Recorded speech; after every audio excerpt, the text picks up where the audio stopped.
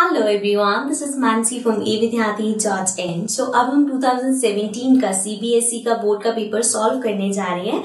जैसे हमने 2018 का किया था उसी तरह से करेंगे, but you have to remember one thing. जब हमारा 2017 का जो पैटर्न था वो बहुत डिफरेंट था। डिफरेंट इन द सेंस कि पूरी बुक दो पार्ट्स में डिवाइडेड थी। एक था SA1 एंड देन SA2। तो SA1 के जो चैप्टर्स थे दे वर real numbers, polynomials, pair of linear equations in two variables, triangles, introduction to trigonometry and statistics। तो ये सारे चैप्टर SA1 के थे एंड रिमेनिंग जितने चैप्टर्स हैं वो SA2 के थे। तो जो बोर्ड का एग्जाम होता था वो इन चैप्टर्स में से क्वेश्चन आते थे, SA1 के चैप्टर्स इंक्लूडेड नहीं होते थे। तो इसका मतलब है कि जो अब हम पेपर सॉल्व करने जा रहे हैं उसमें जो आपके पास क्वेश्चंस होंगे वो सिर्फ इन चैप्टर्स के होंगे। बट अब जो पैटर्न चेंज हुआ तो आपकी पूरी बुक आती है। जैसे हमने 2018 का क्वेश्चन पेपर सॉल्व किया था उसी पैटर्न में आपका पेपर आएगा। अब यहाँ पे इसको सॉल्व करवाने का रीजन सिर्फ इतना है कि जो ये चैप्टर्स है, बिकॉज ये चैप्टर्स अभी भी आ रहे हैं